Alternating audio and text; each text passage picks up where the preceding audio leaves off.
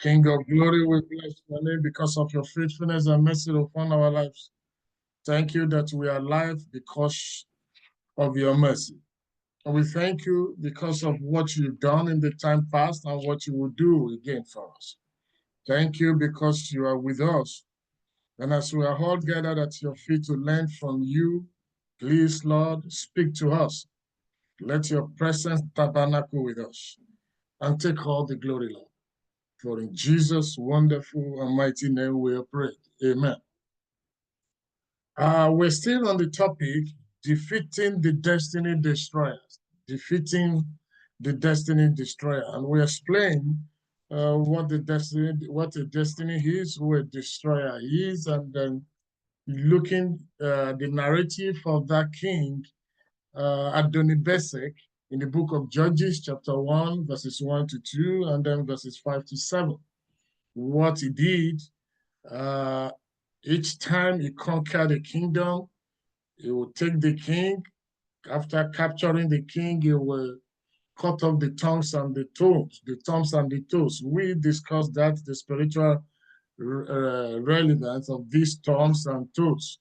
However, we've moved past that. We are now looking at what are the things that may allow this spirit of Adonibesek, the spirit that we refer to as the spirit that subverts the destiny of man, that turns the destiny of man upside down.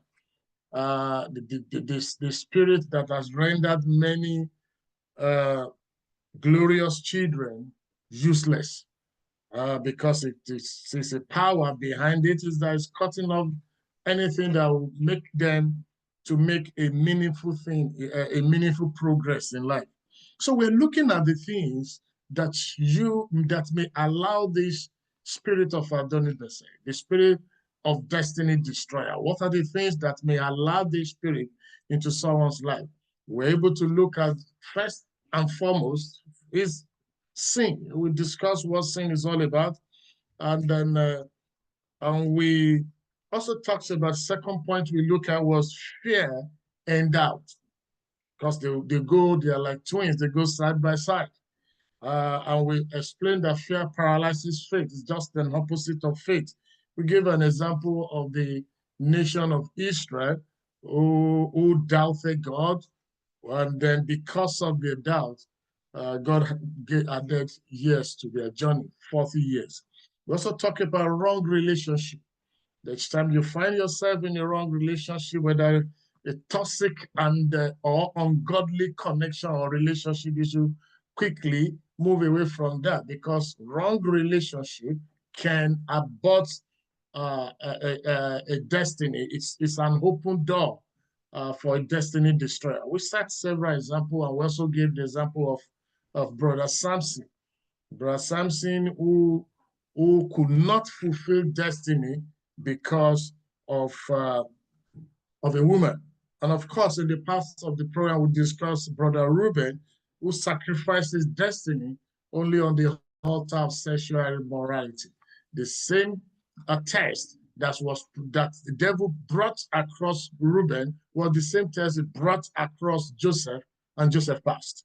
And then we put a pause. We pause there, and then we now look at how does this spirit manifest. Well, there are several ways it can manifest. The spirit of destiny destroyer can manifest in several forms. The spirit of Adonibesek can manifest in many forms. And then we look at about 5 of them. And then we will continue from where we start from there, because when we finish with the manifestation, how does this the destiny destroyer, how does it manifest itself?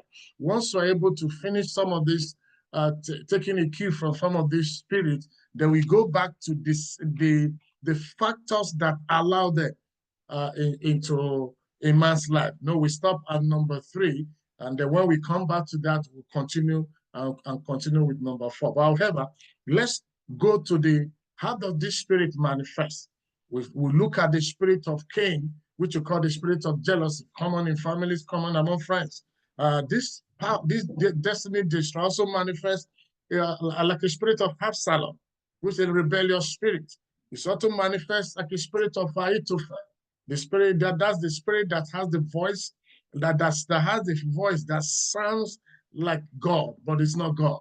Give you wisdom that makes it look as if it's from God, but it's not God. And that particular spirit has derailed many destinies, has led many people astray. We also look at the spirit of Uzziah. This is the spirit that blindfold someone, that blinds someone's eyesight. It cuts you off from your vision. It's a vision destroyer. It's a destiny destroyer.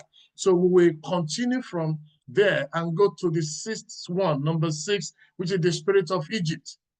The spirit of Egypt. The spirit of Egypt is the spirit I call the spirit of that is behind this backslider. It causes someone, it causes a believer to go back to the old way of life. I think we discussed that and we mentioned Demas. Demas, who was once an apostle, a fellow apostle like Paul, but because of this particular spirit, he backslided. He went back to the world. Paul said he has left him and he has gone back into the world. Now let's go to number 7, the spirit of Pharaoh. The spirit of Pharaoh is the spirit that hardens people's mind. It's a spirit of stubbornness. It is a stubborn spirit. It's the one you will see in idolatry and witchcraft. It's a spirit. Let me take us there to the book of Hebrew, which is a popular book. We know Hebrew chapter 11. I'll read from verse 23 to 27. He said, by faith, Moses, when he was born, was hidden 3 months by his parents because they saw he was a beautiful child and they were not afraid of the king's command. By faith, Moses, when he became of age, refused to be called the sons of Pharaoh, daughter, choosing rather to suffer affliction with the people of God than to enjoy passing pleasure of sin, esteeming the reproach of Christ greater riches than the treasures in Egypt, for a look to the reward. This is a spirit. It makes you, you know what goes on with in Egypt was simply idolatry, witchcraft. They were very highly polluted with the power of darkness. Moses refused to be identified with them. He rather preferred to be identified with the people of God. Verse 27, say, by faith, he forsook Egypt, not fearing the wrath of the king, for he endured as seeing him who is invisible. This is the spirit of witchcraft, or the spirit of Pharaoh. And once a life is overtaken by this spirit, then the door is open for a destiny destroyer. Number 8, spirit of Haman. Oh, of course, we know the story of Haman, Mordecai, Ahasuerus, and Esther. You read that the book of Esther chapter 3 and Esther chapter 4. This is the spirit that is always plotting to kill you before your time. We have this kind of spirit in families, even among friends. The spirit that's always looking at, because they have seen your future ahead of you. Because we have people who goes about looking for, doing a lot of research spiritually about what you carry. They go and search about what is coming in your future. And if they know this is too big or they don't want you to achieve that, what they do most of the time is to go behind you and find a way to kill you. You remember Mordecai was due for a blessing. He was to be promoted, but he didn't get that promotion. Rather, somebody stood up and was threatening to kill him. Not only him, but all the Jews. This is the spirit that was behind Haman, that pushed him in such a way that he was ready to exterminate all the Jews. So whenever you see the spirit of Haman is always ready to kill, plotting to kill people before their time. Number 9, spirit of Balaam. You will know that Balak and Balaam. In Numbers chapter 22, 23, 24, you read about it. The spirit that curses people, that give prophecy, false prophecy against your life. It comes with false prophecy against you. And when you look at what Revelation said about this particular spirit, go with me to the book of Revelation chapter 2. Revelation chapter 2, and then we'll read from verse 14 to 16. Revelation chapter 2. But I have few things when God was talking about to the church of Pergamos. Verse 14 says, but I have a few things against you, because you have there those who hold the doctrine of Belial, who taught Balak to put a stumbling block before the children of Israel, to eat things sacrificed to idol, and to commit sexual immorality. It's always giving you, because whenever the spirit is in any gathering, it's always giving prophecy. You say, I have this dream, and that's why we see most ministers of God, they're always saying bad things. I'm not saying they are not real, but I'm not saying all of them are bad like that. But you see, when it is always there. Devil will always try, they always plan. But and I've come across many ministers of God. So many of them will give you prophecy that if they give you 10 negative prophecy, if you don't pray very well, all the 10 will come to pass. But let them give you just 4 good prophecy, it won't come to pass. Hardly will you see one that will come to pass. So there's a spirit, some of these so-called men of God who are not really born again, the spirit behind them is they give you false prophecy, fake prophecies, and the colored prophecy, and the spirit behind them. And what's the purpose? Is to cause a stumbling block. That's what the Revelation put in there. Cause a stumbling block, meaning people to fall. And once you fall out of the faith, the door is open for a destiny destroyer to strike. Number 10, spirit of Korah, Dathan, and Abiram. This is a spirit that plans behind the scene to pull down. You know why they conspire against Moses? In Numbers chapter 16, verses 1 all through to 35, they conspired against Moses. What to do? They wanted to pull Moses down. How can only you and your family be the one who are ruling the whole nation of Israel? And so they wanted to pull him down. Coup, take him out. So that is the spirit. So whenever you see something is always pushing you to gang up, to destroy someone's life, be careful.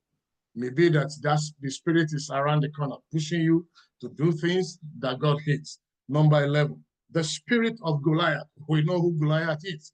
This is in 1 Samuel chapter 17. You can read more about Goliath. This is the spirit that boasts. It's a boasting spirit. It's a loud spirit. It's a spirit that will taunt you and then that will deceive you. That's the spirit. It spills out threats every time. It's always boasting, it's always intimidating, it's always mocking, it's always harassing you, and make you look as if you are nothing, belittle you. So that is the spirit. Most times when people face this intimidation, they are unable to have courage to go for it. It attacks their faith. Whenever you see things, that's why you must surround yourself with good people. That's why we're talking about the doors, factors that will open the door for them. We talk about wrong association. Because if you move around people that are polluted with this spirit of Goliath, they are going to kind of intimidate you, kind of belittle you, that you will not have any respect even for yourself. So this is the spirit of Goliath, telling you can't do it. How many people have done it and they are successful? They always tell you it is not possible. They will tell you they can do more than you. They always tell you can't endeavor to do this. You know why why lion kills their prey? The moment the lion roars, it is the fear that does not make the prey to know whether to run, to go left, or to go right, or to go front. While they are still merry-go-rounding around, the lion will strike. So that is the boasting spirit, always trying to make you feel that you are nothing. That the spirit of what? It's the spirit of Goliath. It's a spirit that will open door to destiny destroyer. Number 13, spirit of Lot. We know Lot. What many people know about Lot is that the wife looks back and then she became a pillar of salt. But no. But the spirit of Lot is the spirit that blinds you from seeing what God has for you. And that is why it's very, very important that you have a close relationship with God, whereby you can pray, whereby God can speak to you, whereby you can ask for spirit of discernment, you can ask for revelation from God yourself. You can ask God to show you things.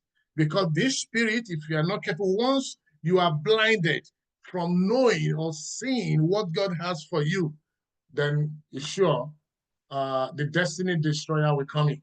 Because what is going to take you away from the plan and purpose of God for your life. Jeremiah 29:11. So I know the thought I have for you, the thought of peace and not of evil, to give you an expected end. It's a spirit that makes you carry extra luggage. You remember Genesis chapter 11, through to Genesis chapter 14, and then go to Genesis 19 when the Sodom and Gomorrah was destroyed. Now, Abraham went with extra luggage. It wasn't part of God's plan for him. But he took Lot along, not asking from God. And when it was becoming a problem, he had to separate himself from them. So this is the spirit that makes you go with extra luggage. And this kind of spirit is common in families. I'm not preaching that should not be united in family, but you must also know those who can support your vision and plan of God for your life, and those who will not support it and are pulling you backward, you just drop there. They are extra luggage. Let them go so that you can move. Even if they're amongst your friends, it's not compulsory. You must keep all the old friends that you have. If any friends is not in tandem, it's not going along with the purposes of God for your life, just let them be. They are extra luggage because they will slow you down. If they are not slowing you down, they could open door, become an avenue for the destroyer, the destiny destroyer to come in. Number 13. It is what I call the spirit of Gehazi. You know that? You follow the prophet. He went behind the prophet to go and get the reward. God said no. This is the spirit that is always wanting to have things that is not meant for him. So that's why you have to be careful. 2 Kings chapter 5, verses 20 all through to 27. You must be careful. It is not all things that are blessings from God. There are times to receive, there's time to receive, time not to receive. You must be able to discern the two. Is it time for me to take this? Is it time for me not to say no? Once you know it is time to say no, walk away from it. Otherwise, if you take what you are not supposed to take, you have opened door to destiny destroyer. That is why when Gehazi took what he was not supposed to take, he got a curse from the prophet of God. And then the leprosy of Naaman came over him. His destiny was destroyed. Number 14, the spirit of Saul. Often we read about Saul, because God told Samuel in 1 Samuel chapter 16, when he was still praying, he said, have rejected this man. Go and fill your horn, go to the house of Jesse. I found a man after my heart. Why? Because Saul, what he did was the spirit of Saul is similar to the spirit of Pharaoh. Stubbornness, opposition to the things of God, stubbornness to God's spirit, self-exaltation, hypocrisy, always about himself. It makes you turn, this spirit makes you turn against your helper. It makes you turn against those God has used for you. It makes you see yourself that you don't need them. And we have a lot of cases. We have the pages of scriptures filled with them. We also have, many of us have encountered them, those who have, and suddenly they turn against you. The power that is pushing them to do that is the spirit of Saul. Because when they are doing that, there's a reward for that. The Bible says, whatever you sow, you will reap. And therefore, if anybody is possessed with this spirit and is unable and it's filled with hypocrisy, self-exaltation, believing in himself that is superior than every other person, the doors of destiny, the door to destiny destroyer will definitely be open. Number 15, the spirit of Jezebel. This spirit is where you have to be able to discern it the moment you say it, because this is the spirit that silences the voice of prophet. It doesn't want you to hear the voice of God. It operates in the form of manipulation. Sometimes too, it intimidates and also want to dominate you. And that's why when you go to the gathering, whatever gathering you find yourself, the gathering of Christians, your church, your fellowship, you must be careful. You must have a spirit of discernment, because if those spirit does not see anything in you that is good, they want to dominate you at all costs. You don't have freedom for yourself. Sometimes you feel, am I in a prison? I don't even know if you don't do this.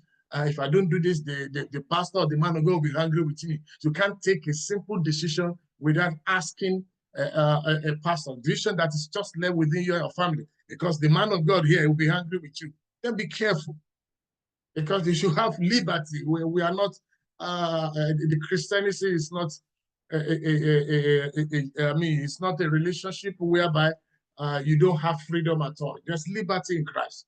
So whenever you come across minister of God who want to dominate you at all costs, I'm not saying you should not be respectful to your pastors, to your minister, to men of God around you, but I'm saying they should not dominate your life in every decision that has to do with you.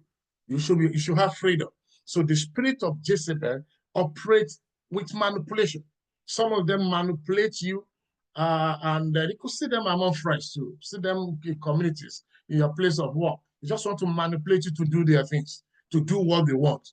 And once you do what they want, they can kill your destiny. They can destroy the destiny.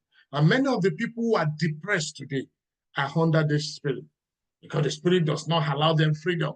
They couldn't do anything on their own. Number 16, the spirit of Demas. I mentioned that second Timothy chapter 4, verse 10. The spirit that makes you to love the things of the world. The Bible said, love not the things, 1 John 2, 15 to 16, neither the things that are in the world. And they mentioned them, the things that are in the world. You see, the Demas left the things of God and went back to his own way of life. Backsliders. The spirit that is always pushing them. Once you leave God, the covering over your head is no longer there.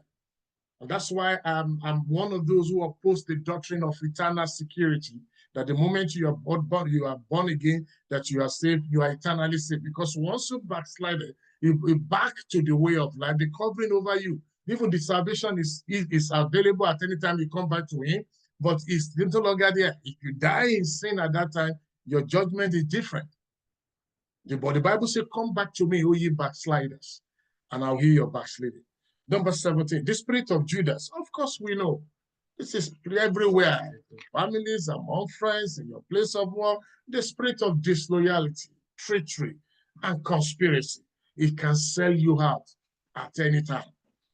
That's why people hear people that don't trust anybody. Don't trust it, because the spirit of Judas, if you walk with someone with the spirit of Judas, it can sell you even for one cent. He will sell you and walk away.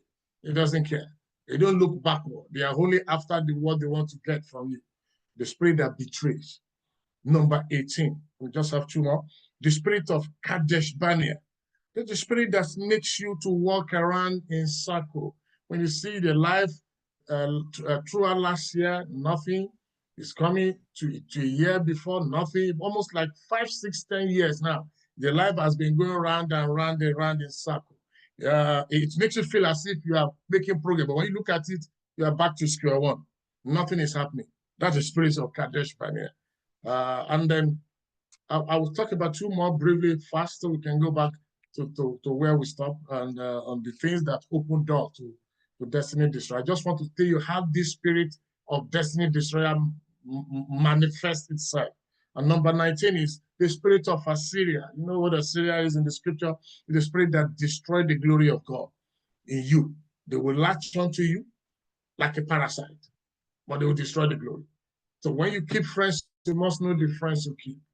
You must ask God to show you, this one with me, who are they? Please, can you show me the spiritual position of this man or this woman with you, God? Can you let me know who this man is, who this woman is?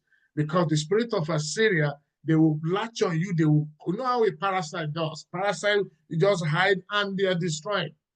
So, and what they want to do is to destroy the glory of God, to see the destiny you have and destroy it.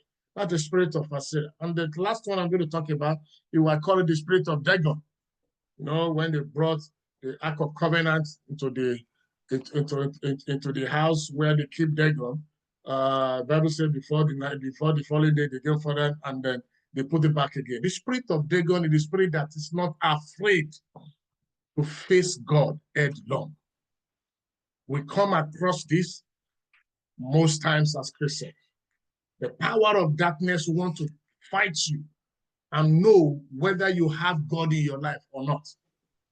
They will fight you on your business. They will fight you on your children. They will fight you in your career.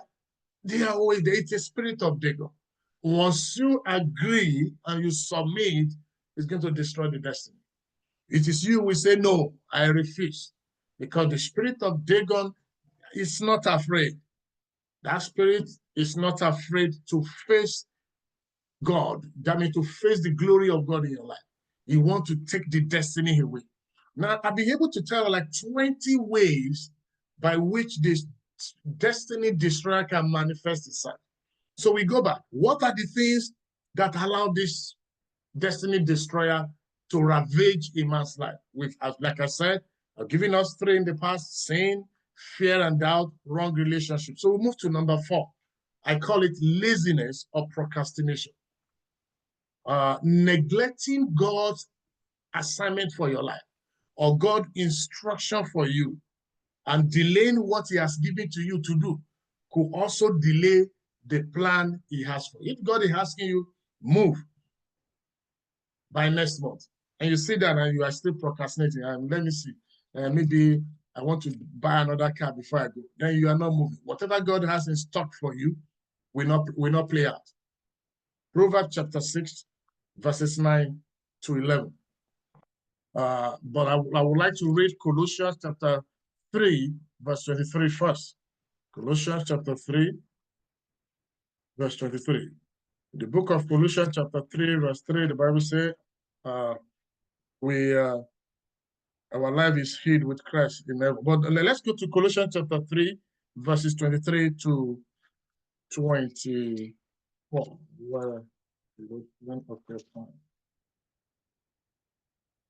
Okay. And whatever you do, do it earthily, as the Lord and not to men, knowing that from the Lord you will receive the reward of the inheritance, for you serve the Lord. So whatever you want to do it now. Don't procrastinate. Do it now, because it won't be you if you are delaying. God has shown you, you have prayed, or through the help of the men of God around you, are able to tell you what, and this is what He asks you to do. Do what God asks you to do. That is His plan for you. You keep delaying it, you are doing what? You are postponing what God has in stock for you. And I'll take you to the book of Ecclesiastes. Maybe you can pick word of knowledge from there. Ecclesiastes chapter 9.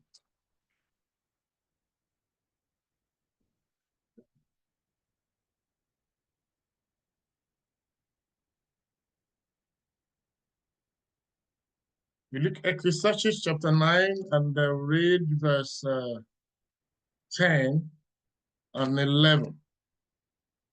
Okay, I read chapter 9, verse 10 first. Whatever your hand finds to do it with your might. For there is no work of device or knowledge or wisdom in grave where you are going to. So whatever you want to do it now. Laziness, you are lazy. What you're supposed to do, fine. We know a lot of brothers and sisters, so especially born-again brothers, have fall into this category. They can fast, they can pray, and they stay in one place. Yes, you have fasted. Yes, you have prayed. Take action. Don't just sit down. God said He wants to bless you. You have seen the vision or revelation of God, of His promises to prosper you. But God does not rain dollars from heaven. He will only bless the work of your hand. You must find something to do. If you sleep and wake up and pray and sleep and wake up, you will only be poor in life. There's no economy to that. There's no prophecy to that. It does not matter, fast and pray 101, except God brings someone to come and give you money. Even if they give you money and you don't utilize that money very well, you are still going to be broke. So don't be lazy, because laziness will open door to destiny destroy. That means your destiny is not going to be fulfilled. God has shown you this is what you want to do with your life.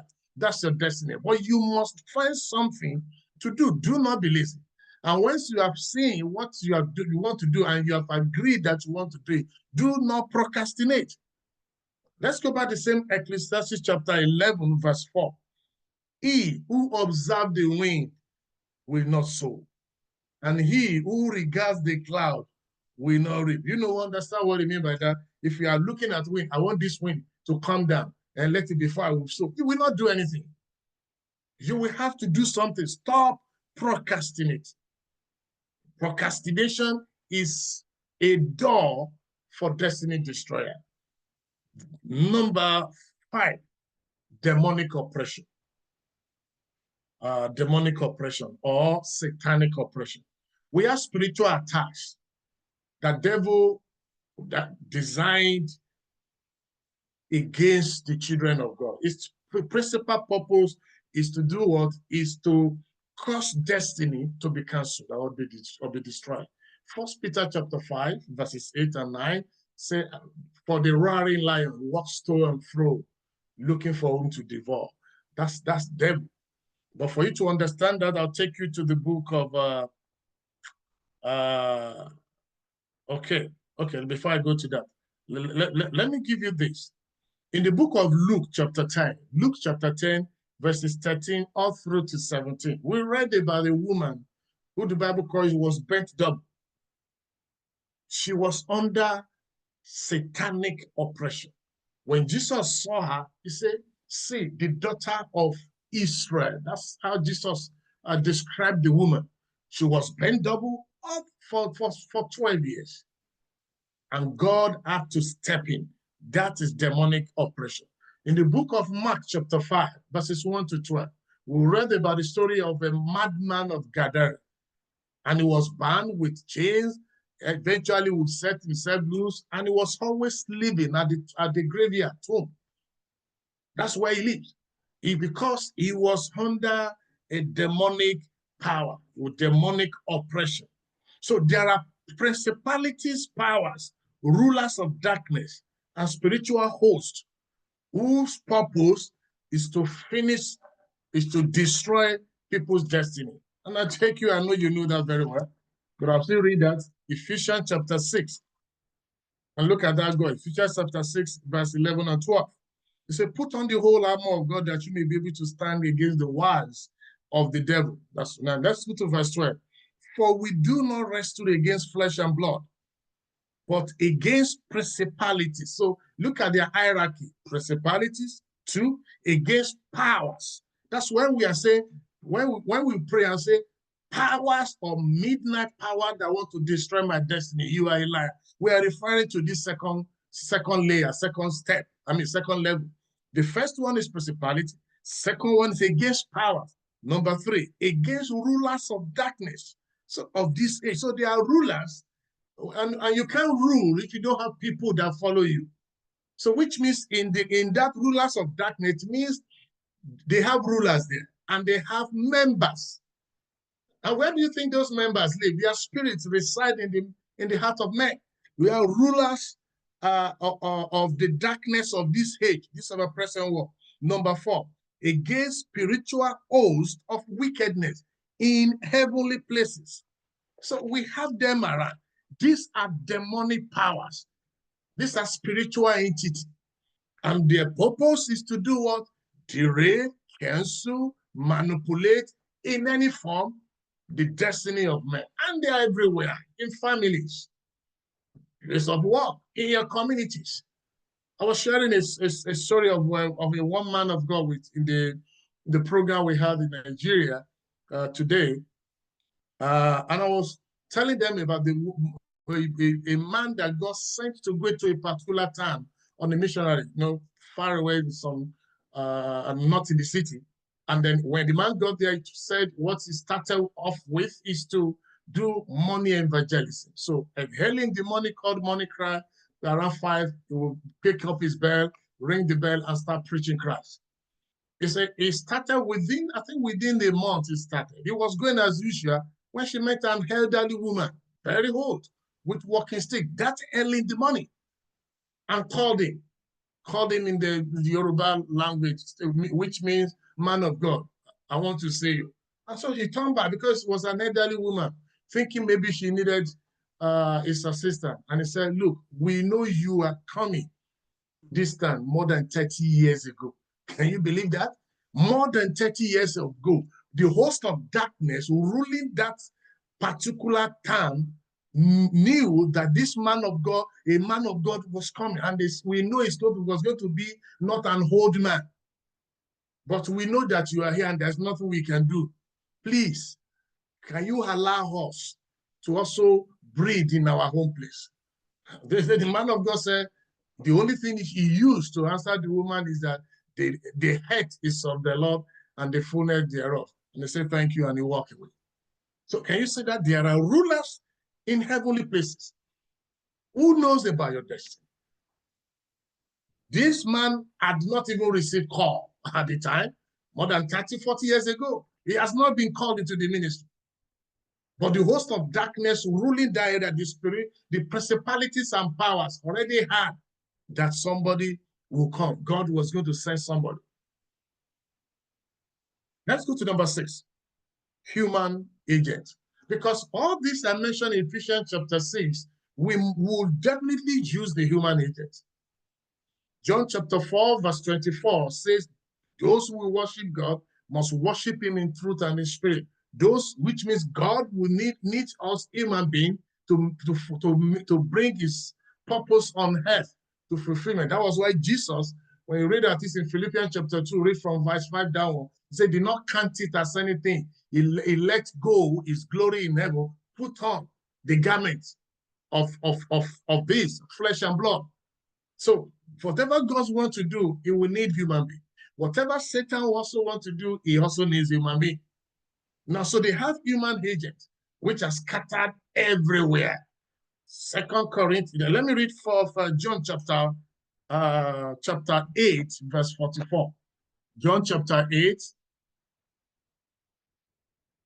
John. Gospel of John, chapter 8, verse 44. Look at what Jesus said. Say, you have your father, the devil, and the desire of your father, the desires of your father you want to do.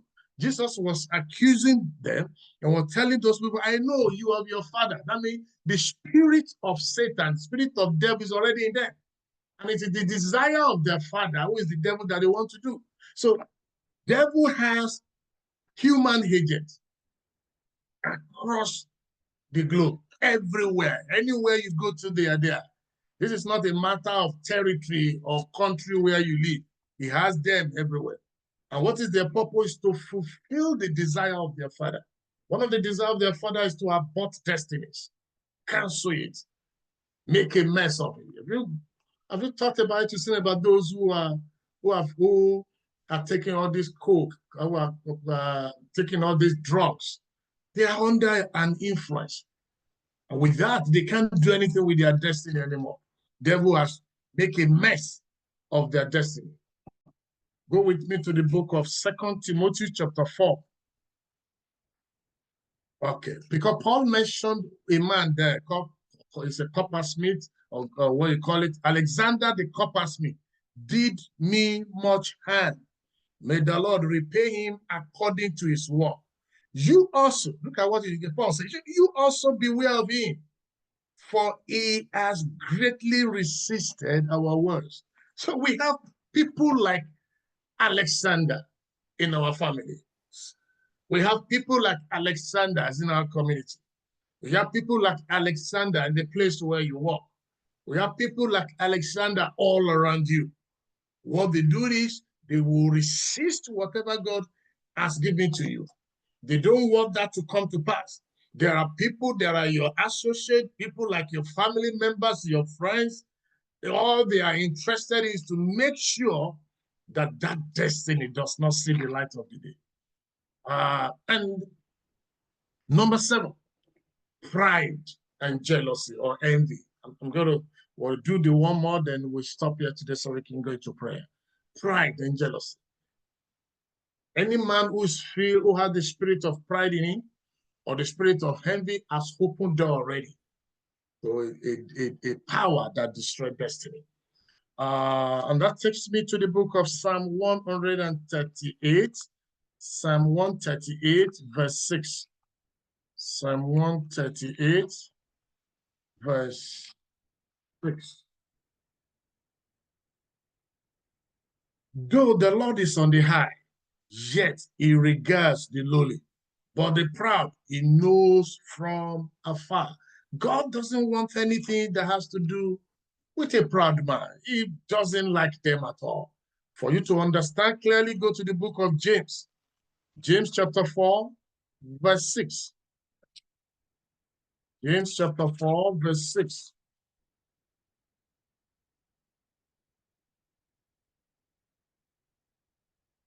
Okay. He said, but he give more grace. Therefore, he says, God resists the proud, but give grace to the humble.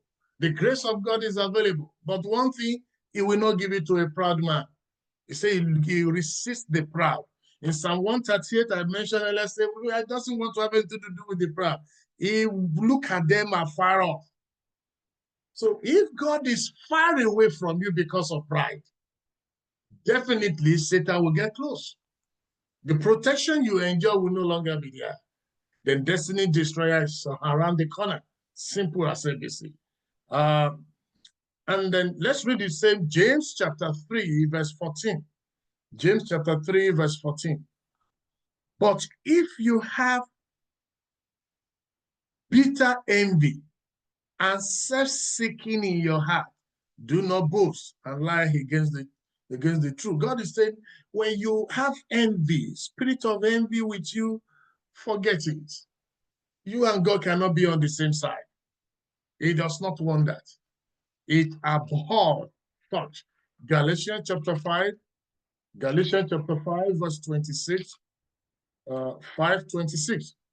Let us not become conceited, provoking one another, envying one another.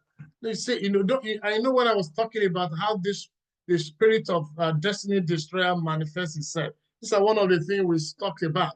The spirit that's always envy. You look at Joseph and his brother. Why did they have problem with Joseph? Because of envy. And once you have the spirit of envy with you, God's move away from you. Once you are proud, He move away from you. Irrespective of what you have today, it is not by your power. It's simply because of the grace of God. God taking His grace away from you, you are nobody. That's why nobody should be proud. And after all, whatever things you have on the face of the earth, you are taking none to heaven. When you leave this world, you drop everything else. Number 8, where I will stop today, on this topic. For now, then we'll round up the topic in our next meeting. The number 8, I call it opposition to God's plan. You know, I mentioned how the Spirit of God manifests itself. One of the ways it manifests is antagonizes anything that is God. Without God's plan for you, He doesn't want it to come to pass. Now, one of the things that opens the door of destiny destroyer is when you yourself begin to oppose God's plan for your life. God says, sit down. You said, I want to stand up. God said, don't go there. You say, oh, I love the place. When God is giving you instruction and you are telling God the reason why you cannot do that, you are opposing His plan. Seriously, you are opening the door to the devil. Opposition to God's plan for your life.